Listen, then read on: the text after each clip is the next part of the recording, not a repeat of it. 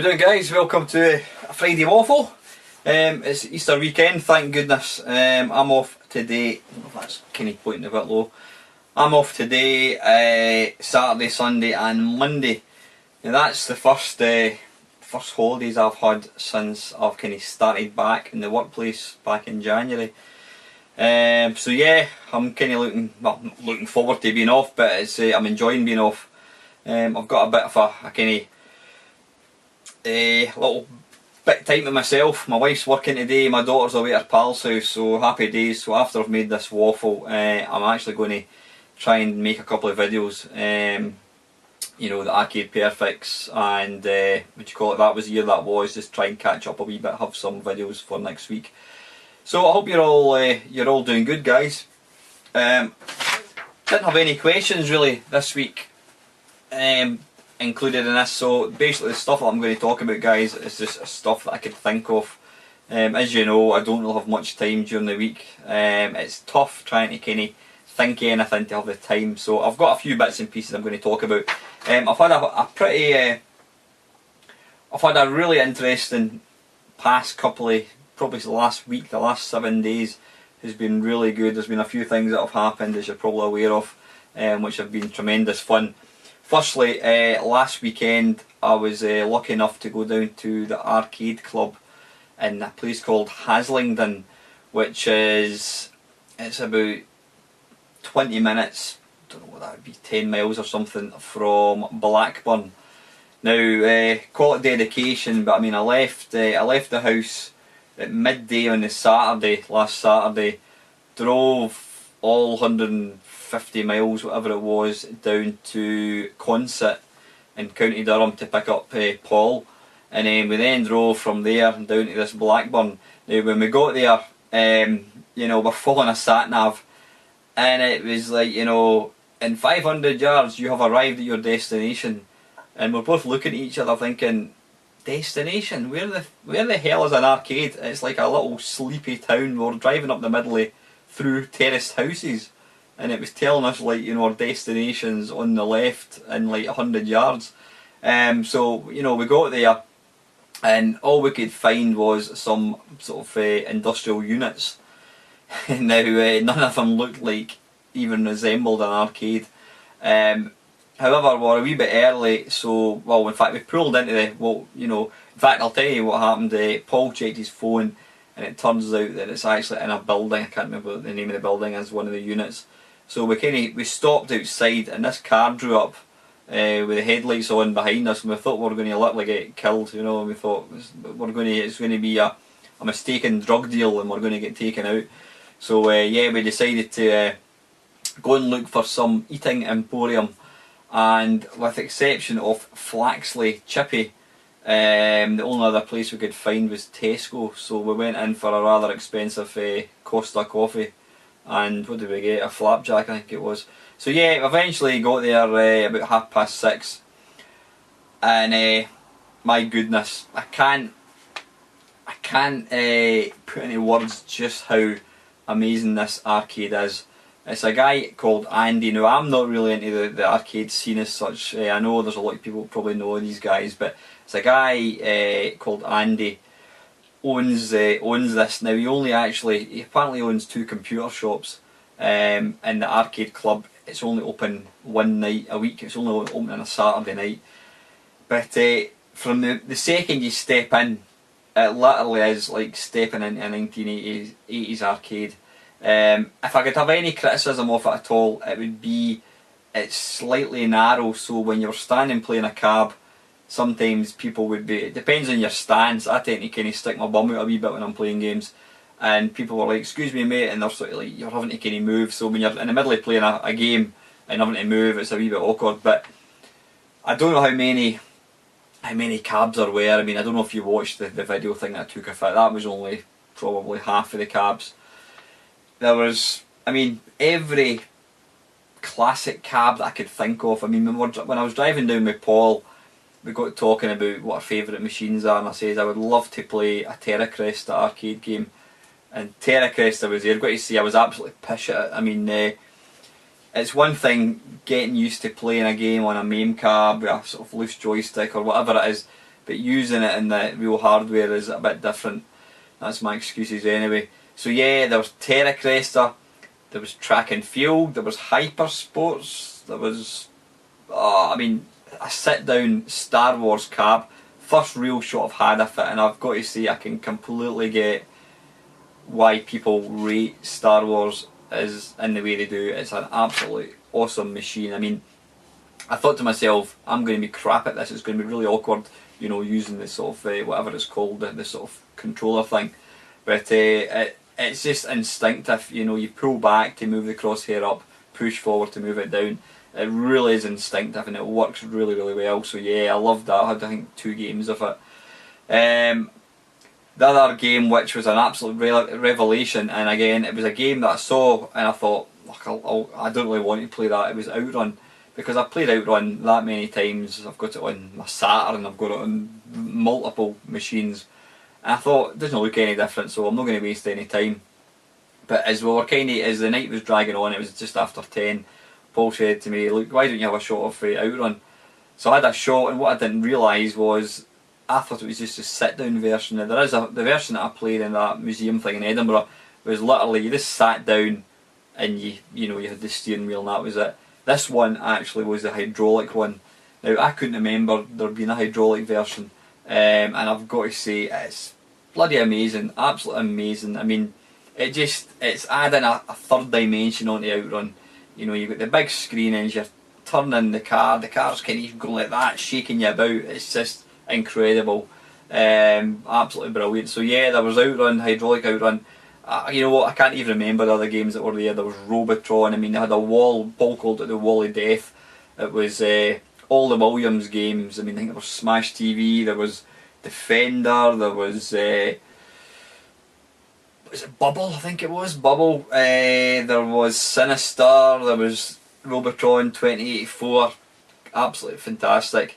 The only machine I didn't see, I was a wee bit disappointed. I saw it and I played it and I realised it wasn't what I thought it was Donkey Kong. Now, did I miss it? There may have been a Donkey Kong there. If there was, I missed it. There was a cab called Donkey Kong, but it's actually Donkey Kong Jr. I'm sure there must have been a Donkey Kong machine. But yeah, the biggest reason for going down there wasn't really going to the arcade. It was to meet up with a couple of mates, you know, Paul being one of them, and my other mate Andy Lowe, who I'm hoping to get on my Blimey It's Only. I've known Andy and Paul for about 13 years through the internet forum, through Yak Yak. And I haven't seen, I mean, I saw Paul about maybe 4 years ago. I haven't seen Andy in, was it 13 years I think it is, we thought. Andy's an absolutely top guy, you know, same as Paul, really good guy. So that was the main reason for going down, was to meet these guys. And the problem was, when Andy turned up, he was a wee bit late, he got stuck in traffic. When Andy turned up, I mean, the arcade is only open from 6 till 10, so you've got 4 hours, a 4-hour window. When Andy turned up, it was like we were torn between wanting to catch up and wanting to play video games, and catching up won. So we didn't actually play that many video games. I mean, it was 10 quid to get in, which is excellent. You know, you'd have to have quite a few games to get your money's worth, but, you know, yeah, it was, we spent more time just catching up and talking and, you know, having a laugh, which was amazing. But I would love to have been able to go back the following morning and go in. But Andy, the guy who owns the arcade, he was in touch with me on Facebook. I did a wee mini review, as you're probably aware of now. Andy did say to me, he says, look, next time you come down, he says, I appreciate you came down from Scotland. I mean, it was something like a 700-mile round trip for myself to go to this thing. So I'm not going to be there every Saturday, unfortunately. So Andy, the owner, did say, look, next time you're coming down, he says, let me know and we'll come to some arrangement with opening time. So whether he's maybe going to open it up, you know, earlier for us or that, I don't know, but that would be fantastic. But I definitely want to go back there. It's an absolutely awesome experience. If you live, I mean, well, I travelled 300 miles to get there, so if you're any less than 300 miles, or even if you're more than 300 miles, and you can go get along, it's an absolutely fantastic place. If you like your classic video games, the atmosphere is brilliant. I mean, some of the people, you know, I was talking to a few guys that are involved in the arcade scene, a few guys I've met, and there was a show up in Kilsyth in Scotland, and there was a guy from Newcastle. I recognised him, I started talking to him, and we realised that we kind of knew each other from previous. And yeah, again, I was just starting chatting to these guys. But as well as getting into the arcade, it's all free, obviously. You also get a chocolate bar and a cup of tea, so you can't ask for any more than that. So go and support Andy and his team. I mean, without these guys, you know, if these guys don't get support, then things like that will close. And honestly, I just wish it was nearer to where I stayed. It's that good. One of the other highlights of the day was I met Chris Bateman. I can't remember your name, Chris, actually, on YouTube. I do apologise, but I met Chris. He came up to me, so that was my first being recognised as a YouTuber. I think Chris knew I was going down right enough.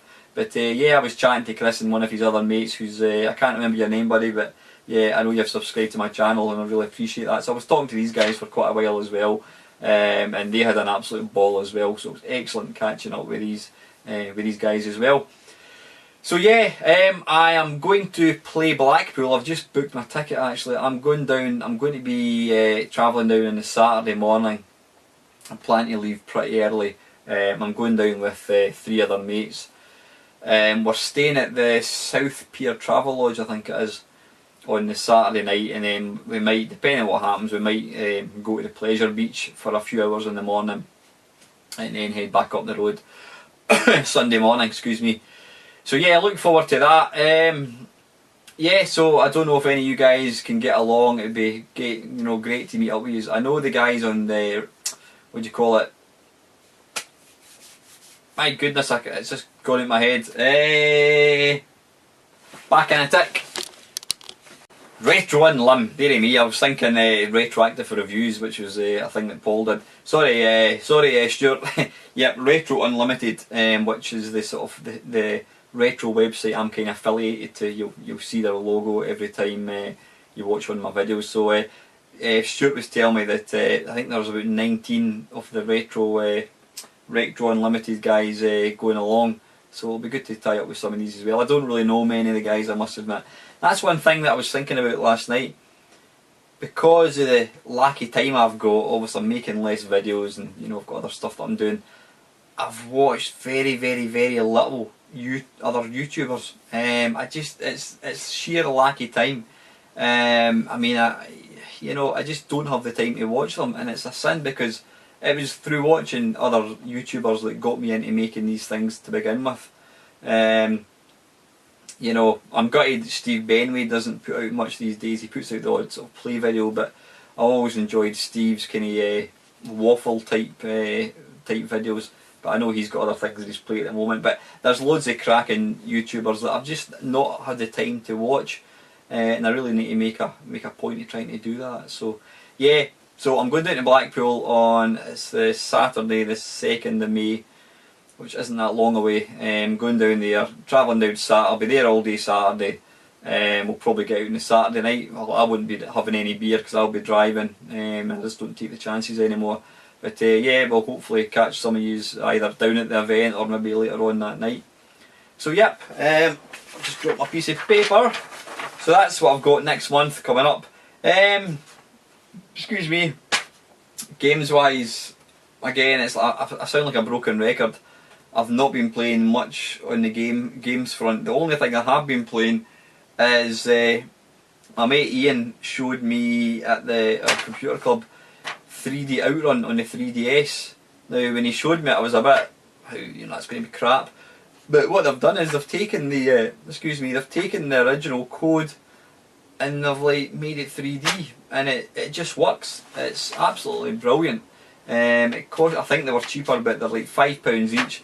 So I have bought, what did I buy? I bought 3D Outrun, 3D Space Harrier, 3D Super Hang On I think it is, 3D Xavius. Xavius. Now if you think about Xavius, you've got the bullets that you fire up the screen, and you've got the bombs which obviously bomb the sort of ground targets. Now it's really clever what they've done. They've actually 3Dized it, so when you're playing it, you can tell that your ship is actually a lot higher up off the ground, and when you fire a bomb, you can almost feel and see the bomb dropping below. The ground targets look like they're actually on the ground rather than just you know, a flat kind of playing surface.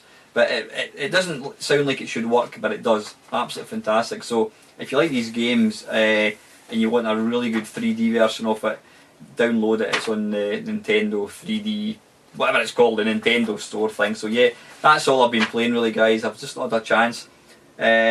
One game which I've bought, which I'm looking forward to getting, and it's somebody who you may know recommended it, is Max Payne 3. He said it was absolutely fantastic. So I got it for the princely sum of £2.61 delivered. So can't whack that. So yeah, anyway guys, that was that. Chip tunes. Now we were talking about Jamie Hampshire and myself were talking about that on Jamie's video interview a few weeks ago. Old chip tunes. Yeah, I think, did I talk about this last week? I think I maybe did actually. You know what? I'm getting a bit forgetful in my old age. But yeah, it's chip tunes seems to be the generic term for old-fashioned music. It's like retro games refer to any game that was made sort of in the last 20 years, or sort of that maybe was made 20 years ago. To me, a retro game isn't a retro game. Bruce Lee is not a retro game. It is a game to me because I was there when the game came out. So to me, it's just another game. But same with chip tunes. Chip tunes to me is Commodore 64 music. And again, I do apologise if I've talked about this already, but you know, back in 1985, you had records, you had CDs. I think they came out kind of mid-80s. Then you got, you know, we had these computers, and the Commodore had a really fancy chip called the SID chip, Sound Interface Device, is it? I don't know if that's the right thing for it, but anyway, yeah, it had this fancy chip, and some of the guys were able to get some amazing sound out of this little thing, to the point that there was people bringing out, like, I mean, there's a guy I've mentioned before called Graham Marsh. He was known as the Mighty Bog on CompuNet, which was like an early sort of bulletin board thing for the C64, and the Mighty Bog brought out this album. He brought out 2 albums actually, and it was stuff like Kaylee by Marillion, Big in Japan by, was it Big in Japan? I can't remember. Howard Jones' new song. What else? There was various Depeche Mode songs. There was Axel F. Now Axel F by the Mighty Bog is the best computer version of Axel F I have heard, bar anything, and I mean that. Go and Google it. Go to YouTube, type in Axel F the Mighty Bog, and I absolutely stand by that. That's you know what I've just said. It's an absolutely fantastic version of Axel F. I've heard Axel F on various machines. I think I had it on the Atari ST, the Amiga, and none of them can hold a torch to Graham Marsh or the Mighty Bog's version of Axel F. It's an absolute splendiferous SID version of Axel F. So yeah, it got to a point, I mean, I would actually sit in my bedroom, and rather than listening to an album, I would just play some SID tunes. So anyway, yeah, this is and then obviously as things moved on, the hardware got better, stuff like the 16-bit, the sound improved, and then I still used to listen to demos. I mean, the demo scene was massive on the sort of home computers, the 8-bits and the 16-bit computers. But then as things started to progress, we started to get digitised sounds, so that rather than you know, an explosion, a sort of a sound effect, you were getting an actual sample of an explosion, which we thought was great. But then when the PC came out and the PlayStation came out, and you know, you now get real sound. So you never, and when was the last time you played out a video game and said, oh, the sound in that's amazing, listen to the music? We just take for granted completely. And because of that, the sound isn't something I would never ever in a million years think, I think I'll play The Last of Us music. I just wouldn't think of doing that. So yeah, with the return of the sort of indie scene on iOS and various other kind of like Steam, you're getting indie games and that kind of stuff. You're what do you call it? There's been a return to like chip music, is that what they call it? Chip tunes, chip music. Yeah, and apparently there's quite a lot of. In fact, yeah, it was Jamie who was asking about chip tunes last week, so I've already covered this. But yeah, there seems to be a rise in popularity. And anyway, the reason for mentioning this again, guys, is I'm doing a bit of a shout out to a good mate, Joe Heaton. I've known Joe for many years. Joe was actually the guy that that modded my what do you call it, my Game Boy Advance. This one here, which I've been asked about on many occasions. Get the dust off it. I do actually use it on a Scov. Joe fitted a backlight to this thing. I don't know if I got batteries in it. Yeah, that's absolutely great little device. Joe modded that, and he also put a backlight and a new screen on my Game Boy, my standard Game Boy.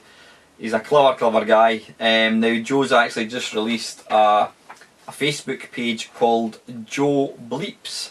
That's JOEBLEEPS, Joe Bleeps. And what this is he makes music. He makes chiptunes using a Game Boy, and this is what he told me he does, and an LSDJ. Don't know what that stands for. I'm guessing DJ is a disc jockey. So it's a Game Boy original and LSDJ. Now I've listened to some of the stuff that he's been putting out, and it's superb. It really is. I mean, the creativity with some of these guys, including Joe, is just absolutely marvellous. So if you like kind of chip music, go and check him out. I'm going to put a wee link to Joe's Facebook page below, so go and support him and see what you think. I think some of his stuff is on SoundCloud or something, I think it is, but go and check it out in the link below, guys. So yeah. Other things, Brian. Oh, go away, Ian. What's he saying? Blah blah blah. Buy a ticket to. Yeah, I'll reply to Ian in a minute. Brian was having a go at me. He was looking at the number of mashups that I've done, and it's something like 50 odd Commodore 64. Don't know how many Spectrum, and believe it or not, I've only done one Amstrad mashup. Now that's because I was never really into Amstrad at all. So I don't have any real affiliation to it.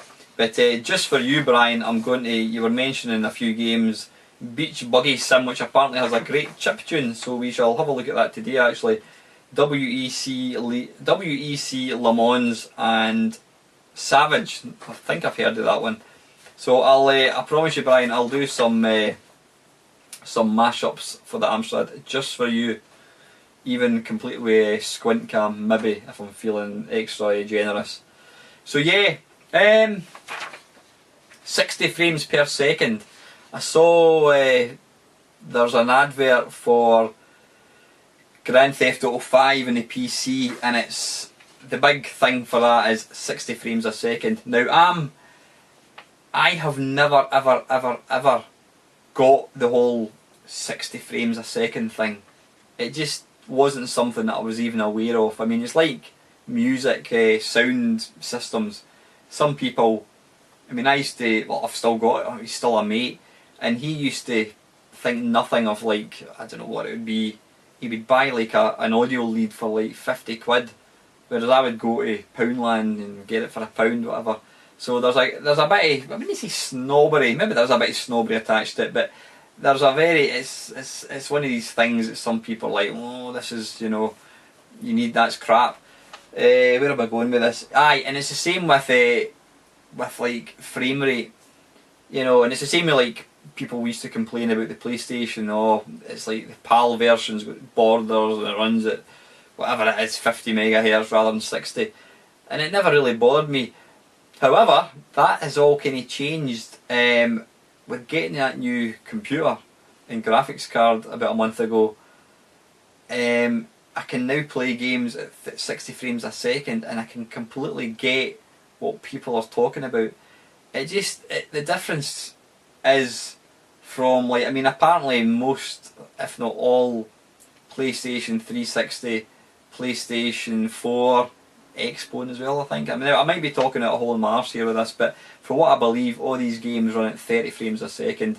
Now, for the average Joe Public like myself, it looks gorgeous, it moves gorgeously, it's silky smooth, but it's when you actually see a game running in 60 frames a second, it's just even more smoother. It's probably like looking at, I mean, one of my mates, Grant, was talking about, was it the 4K TVs or something? Again, that's something I'm like, I mean, I watch 99% of my TV on standard definition, doesn't bother me, you know. But yeah, Grant was telling me that he saw a 4K television, and he said his jaw hit the floor. He says he just couldn't believe how incredible this picture is. He says it's like, imagine HD and then ramp it up, times it by 4. He says that is how good it is. It's incredible.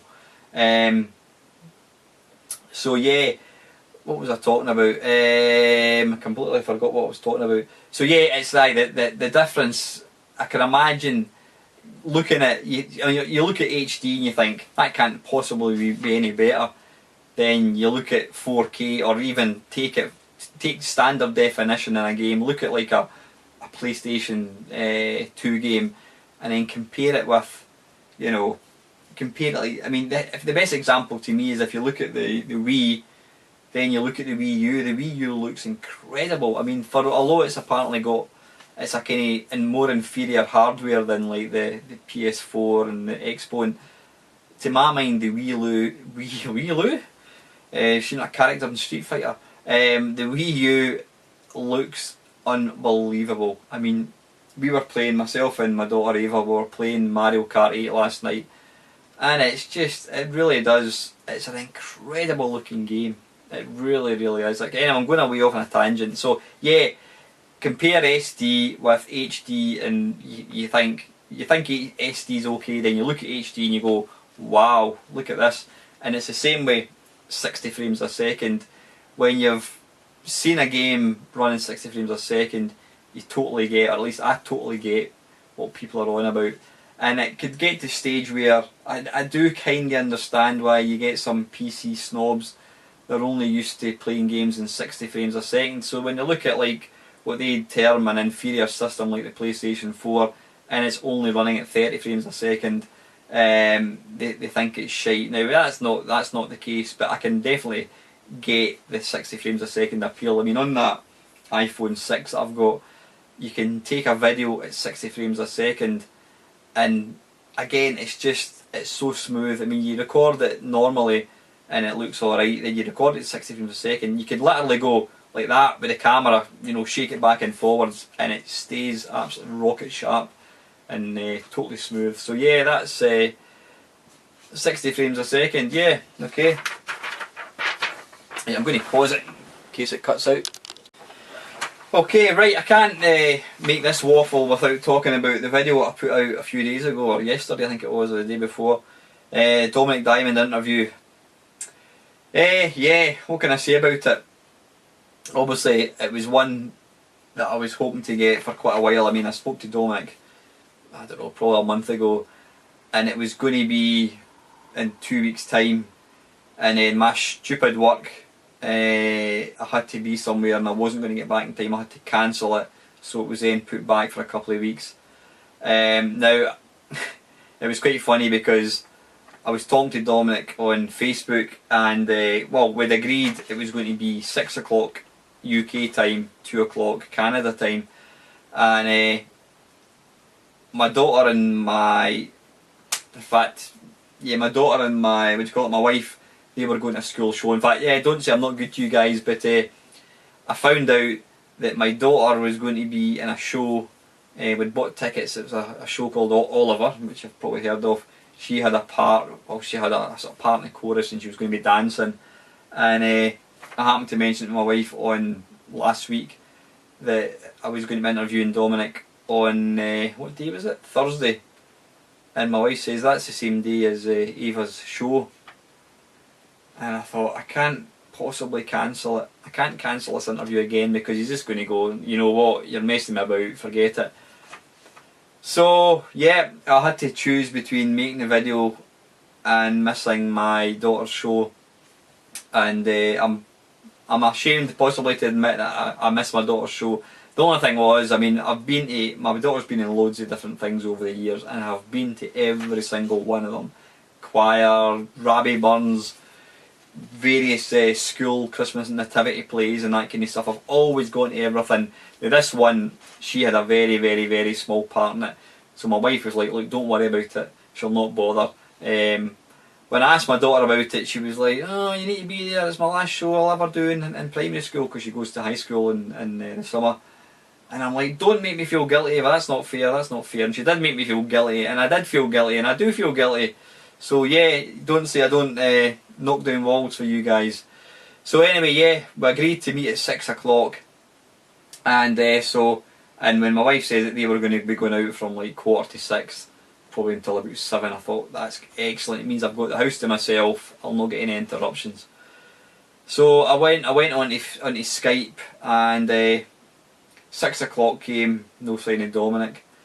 6:15 came, no sign of Dominic. And I started to think that that it wasn't going to happen.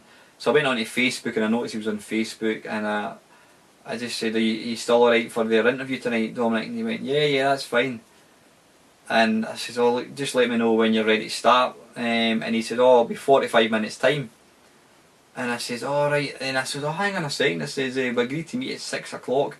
I says, however, I says, it's what we didn't factor in was the clocks in the UK went forwards last weekend. So I was essentially an hour early. So that was the reason for it. So I thought to myself, I could nick up to my daughter's show for half an hour. But you know what, I thought by the time I got up there, got seated, it would have been time to come back again. So that would have went down like a lead balloon, me going in late, sitting down and then getting up midway through the performance. I thought, nah, I can't do that. So anyway, I sat and waited for Dominic. And I've got to say, I was starting to shit bricks. I mean, I started watching a few episodes of Gameboy, and it was just, it's surreal. I don't know if any of you guys have ever really spoken to anybody that you've kind of admired, or sort of a famous person, whatever. I've never ever, spoke to anybody really famous as such. And speaking to, and watching Gameboy, it was bizarre to think that I was going to be talking to him. Now I kept saying to myself, wait a minute, Alan, it's only over the phone, so calm down. But I knew that the minute I heard his accent, it was going to be unmistakably Dominic Diamond. And I thought, don't make an arse of this. Don't. I mean, I remember about 10 years ago, I went through a kind of a phase of getting quite nervous on the phone to people, even just stupid, even like phoning up your bank. I was getting nervous, and the heart was racing, and I thought, please don't start that. Not tonight of all times, So anyway, yeah, eventually Dominic came on, and I've got to say, guys, within about a minute, I was completely at ease. I mean, if you've listened to the video yet, or the MP3, whatever, you could see that he was really up for this. I mean, I did mention about I'd made it quite kind of risky, and I hoped that he would take it within the spirit it was intended. And you could hear him sort of go, and I thought, shit, he's not sure about this. But after I got the large erection in his name in Arbroath, once I got that one out of the way, it went down really well, and the interview just flowed. I mean, it was tremendous. I mean, I was conscious. I mean, I actually, believe it or not, I didn't actually start making up the questions until about an hour before. I mean, that's without a word of lie. And I made up a few the night before as well. But I was conscious. I thought, I've only got half an hour now. Half an hour is absolutely bugger all. I thought, I'm not even going to get through a fraction of these questions. But on the flip side, I didn't want to be caught out. I didn't want to rush through them, and he gives maybe one word answers. Then I'm sitting thinking, shit, I can't wing this. What am I going to talk about? So I did try to come up with as many questions as I possibly could. Now I know Jamie. I've got a bit of an apology to make, guys. Jamie was a bit upset with this. I did, as I do with all these ones, I did ask for your questions. Now it was not intentional that I didn't include any of these questions. It was simply, I think I posted the questions, I don't know, probably maybe 5 weeks ago, and because the thing kept changing and getting put off, I just completely forgot about it, guys. I mean, I was conscious at the time after asking the questions. I thought, I'm only going to have half an hour with this guy, and I know it sounds daft, but I thought, although in other interviews I've been saying, and Fred Blogs wants to know this, blah blah blah blah blah, I thought, because the time is so restricted with Dominic Diamond, I didn't want to waste time speaking like that. I just wanted to get straight into questions. I wanted to try and get as many questions as I could, but that wasn't the reason I didn't put them in, guys. The simple reason was I completely forgot all about it. I mean, as it turns out, that even answering the questions that I put together, I mean, I always do that. I always want to get my own questions in, and then I go through the sort of the other guys' questions. I mean, as you know, it ended up running to an hour, and that was just my questions. So even if I did have the questions at the bottom, dare I say, I probably wouldn't have had the opportunity to ask them, because I just didn't want to. I didn't want to keep the guy back. But like I says, I do apologise. I know, Jamie, you're a bit pissed off with me, mate, for not including them. It wasn't deliberate, honestly. I mean, looking at the questions afterwards, a lot of them, the largest percentage of them, were mentioned. I know there's one or two questions. I think it was like Adam was asking about favourite Amiga game and that kind of stuff. But I did ask what was his favourite games and that kind of stuff, and you know, he was talking about the soccer games and that as well. So I do hope I didn't let anybody down with not including the questions. Like I said, it wasn't deliberate, honestly. It was just one of these things. But I do promise you, for future ones, they will definitely be going in. I was so conscious of time with this guy. Other people, I'm not saying other guys' time isn't precious, but you know, being told I've got half an hour and that is it. But the fact that it ran on is testament to me that Dominic probably quite enjoyed it. I mean, I think it came across listening to him. I mean, I've listened to it twice now. I listened to it in the car yesterday, and I was just in absolute hysterics. Some of the stuff he talks about with Jimmy Savile, and he said he was only non-paedophile that was there. I mean, I just think it was brilliant. The funny thing is, listening back, it's a surreal thing.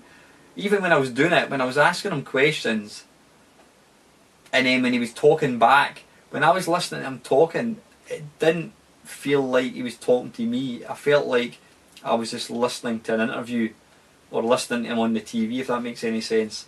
Because the guy's, you know, his voice is unmistakable, Dominic Diamond, it was weird listening to him. It didn't feel like he was talking to me. But what I thought was really, really cool was the fact that he referred to me by name. He mentioned my name, Alan, quite a few times, which I think is really nice.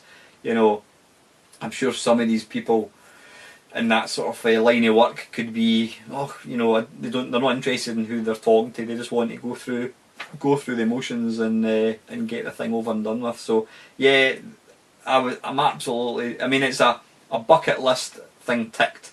You know, if somebody had said to me back in 1992 that one day you're going to interview this guy,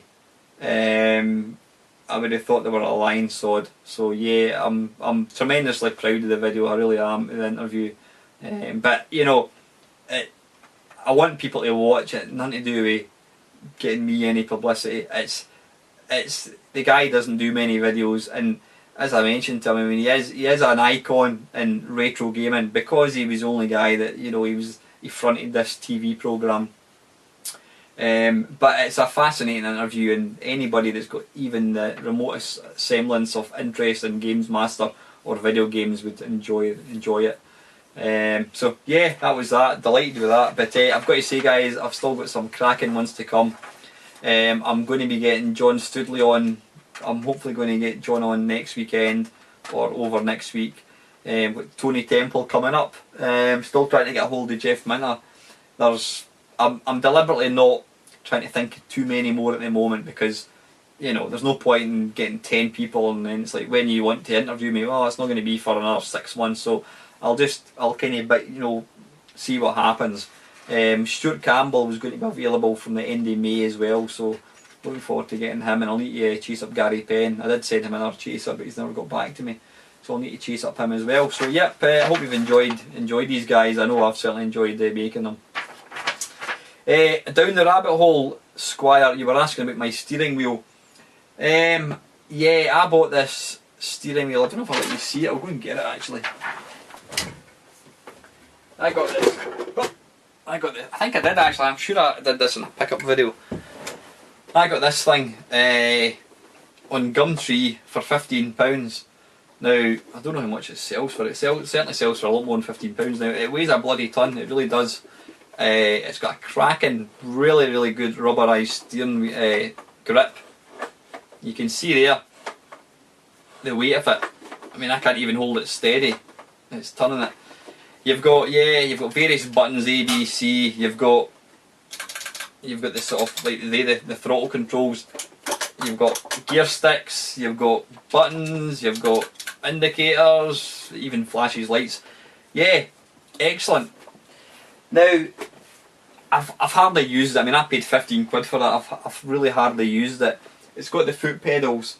I found you had to turn it like all the way around to actually steer, so it was like and for like arcade games that's just not good enough. What you want is if you were driving a real car, you had to go like that to just turn a wee bit, you'd end up crashing.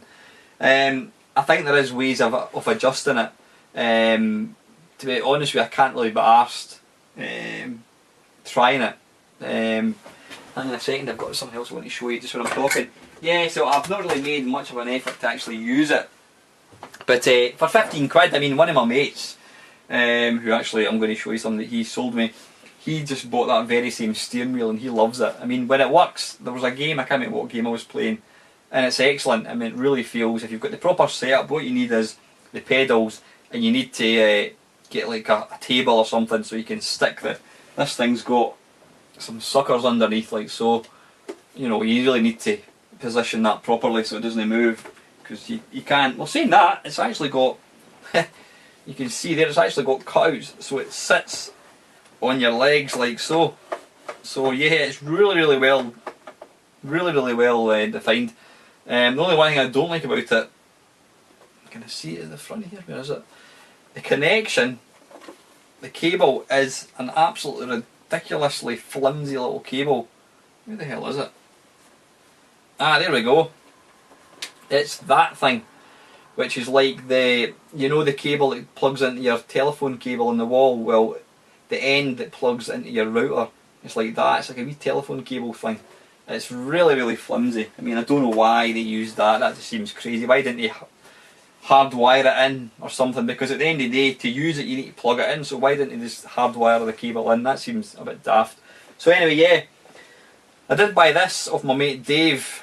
I don't know if you've seen this thing before. It's an Xbox 360 controller. Now it's like the Wii controller. How do you hold it? Yeah, you hold it like so. You've got triggers, you've got start and whatever that is, start and back. You've got, I don't know, it's got numbers on it as well. You've got ABC, not ABC, A, B, X, Y. So yeah, you've got all that. Now that, it's like the Wii controller. It actually works really well. It works probably better than that, although that does feel much better because this is like floating. You've got to kind of hold your hands up like so to use it. But it's a nice wee thing. Again, I got that for 15 quid off Dave. So that is excellent. Right, I'm almost finished, guys. So don't worry. Yep, that was that. Yeah, and one of the other guys is at Magic Ferret. He was asking me if I can do a playthrough of Blood Money on the Commodore Amiga, so I'll have a look at that as well. I'll get that done. So yeah, that is. Just one other thing I'm going to quickly touch on, which I've spoken about before. Chris Bateman was asking me about. He made a wee post on Facebook about emulation and how some people, they think emulation's crap. They think it's a waste of time. They're basically emulation snobs, or that. No, they're not emulation snobs. They're real hardware snobs. They think there are some people out there who think the only way to play video games is on real hardware. Now, I'm sure if I went to one of these arcade cab type things, they would probably look down their nose at my MAME cab because it's not real hardware. It's not running the real PCBs, it's not the real controls. And I've got to say, having played like Robotron on proper hardware, my MAME cab is excellent, but it doesn't hold a torch to the real hardware. All these, although you think it was just joysticks, they were all, like Pac-Man, it's only got a 4-way, so you can only move up, down, left and right, you can't move diagonally. All these cabs, all these individual arcade games, the controls were honed and made, you know, it's like bespoke controls specifically for the game that it was actually supporting. So stuff like Robotron, you know, although you've just got two similar joysticks, it's kind of padded. I mean, they're designed to obviously for a bit of abuse. You've really got to thrust it about quite a lot. Our missus, just when I'm talking about Robotron, my mate Andy, that I met down in the arcade barn, he had a quick go off Robotron and got over 700,000. Andy has got, in fact, I asked him the following day, I says, Andy's one of these guys, he is exceptional at every single video game, and I mean that sincerely, he really is. I mean, I think he's got about 2 million in Robotron. We used to play in a sort of an online league, you know, maybe 20 of us would pick a game and play games, and Andy won it hands down, week in, week out. Nobody can touch him. And I've got an interesting story. When Andy used to write for, I can't remember what magazine it was a video games magazine. There was a PlayStation magazine, had a sort of a night out type thing, and Andy was invited along to it. And one of the big games that they had was, it might have been to launch the game, it was Virtua Tennis on the PlayStation 3 or whatever it was, I can't remember, the PlayStation 2, Dreamcast, I don't know exactly what machine it was on, but it was Virtua Tennis, and Andy turned up and they decided to have a competition in this game, and there was like, I don't know, there was maybe like a dozen of the staff writers of this particular magazine for this particular console, and they were all like, oh, this is great, we're great, and they had this competition, and none of them, Andy played them all, and he won the thing hands down. Not one of them took a game off Andy, and they were apparently really, really pissed off. Now, I've played Andy at Virtua Tennis, didn't win a point. I've played him at FIFA. Even games that you could say, oh, he's just got good reactions, but even games like FIFA, he just absolutely annihilates you. I don't know what it is. I mean, he doesn't play that often now, you know, he doesn't get an opportunity to play. But I was asking him on the last Sunday, I says, what is it that makes you as good at computer games, video games, as you are? I mean, why can't I be as good as you? You know, why is that? And what he said was, in his brain, whatever he does, whether he's sitting in the living room, or he's sitting in a cafe, or he's out and about, he says that he's constantly, he can be talking to somebody, and he says there is it's not a syndrome or a disease, there's a thing that describes these people. Their brain is able to pick up everything that's going on around them.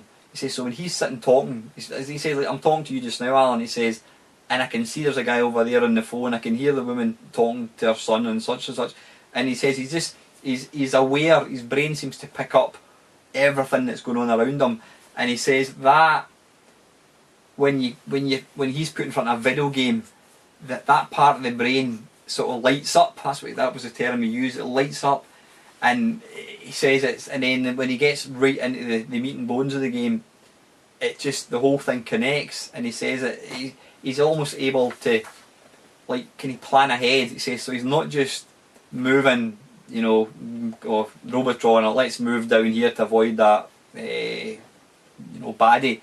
He's thinking ahead.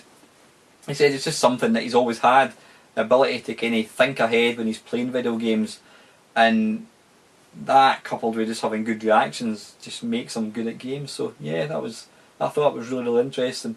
But aye, where am I going with this? That was that. What was I thought? Emulation. Yeah, I'm doing a Billy Connolly here. I'm way off on a tangent. Emulation. I was talking about arcade games.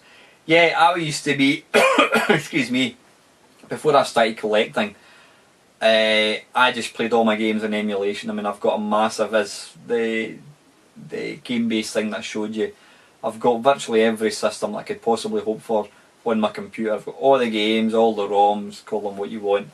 And, you know, emulation, it's quick, it's fast, you don't get hardware problems. It's an awesome way to play games.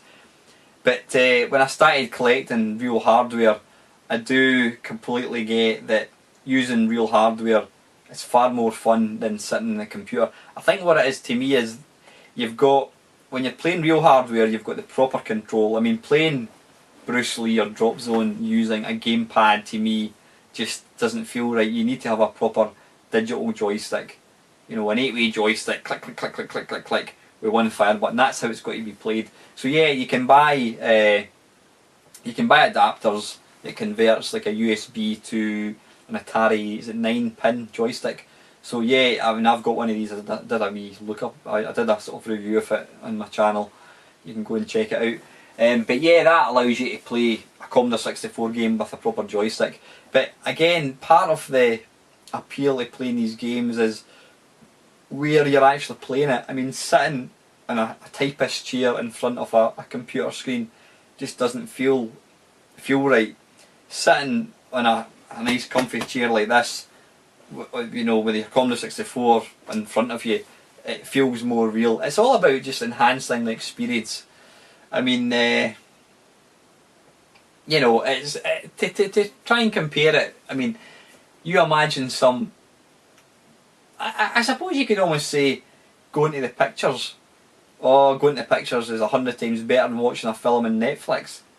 But that, guys, I think the little SD card thing ran out of space.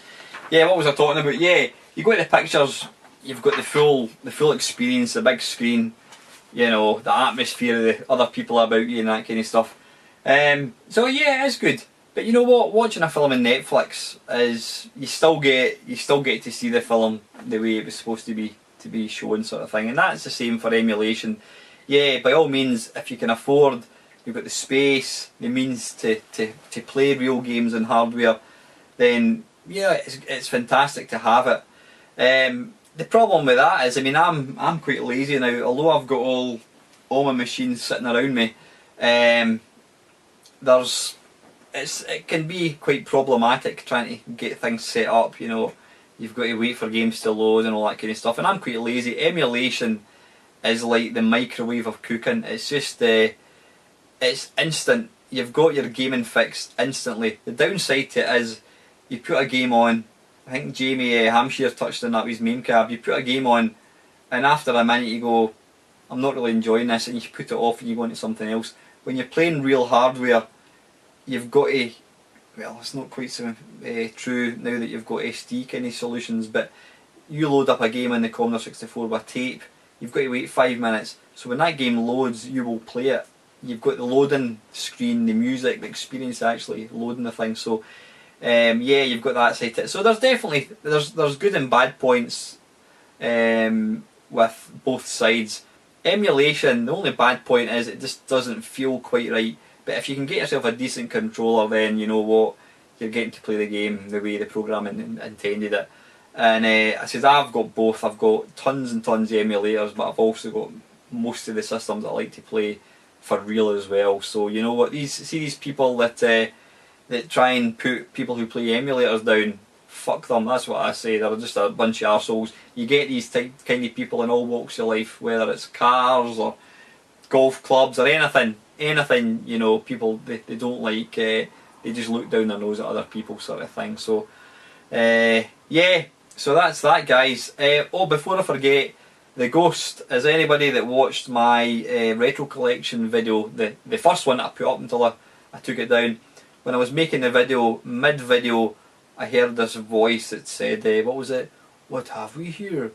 And it happened from that corner, and it didn't bother me to begin with, but the more I listened to it, it started to freak me out, and that's why I ended up taking the video down and doing another one, because I didn't like the fact that it was caught in camera.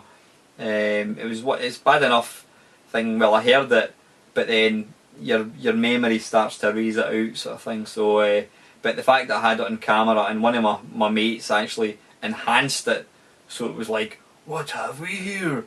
I was like, what is that? I could not for the life of me figure out what it was. But then last week I was playing my NVIDIA Shield, and I was actually sitting in the toilet as you do, playing a game, and next minute, what have we here? It just emitted from this unit, and it didn't frighten me at all, but I thought, got it, it's this.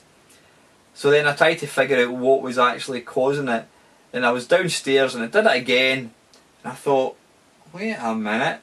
At that point a wee notification came down off the screen, and it was a zombie game. I can't remember what it's called, and I had actually posted in the NVIDIA Shield forum asking if anybody knew what this voice was, if they could explain where it came from, and somebody told me it's that game, and that's just at that point that I discovered that for myself. So I don't have a ghost. My house is not haunted that I'm aware of, which I'm quite pleased about. So yep, that's solved that mystery, guys. Anyway, I've prattled on long enough. I hope you've enjoyed watching the video, guys. Like I said, I'm hoping to get a few more videos made today, which I will punt out next week. That is it. You know, please stick with me. I've got some cracking interviews lined up.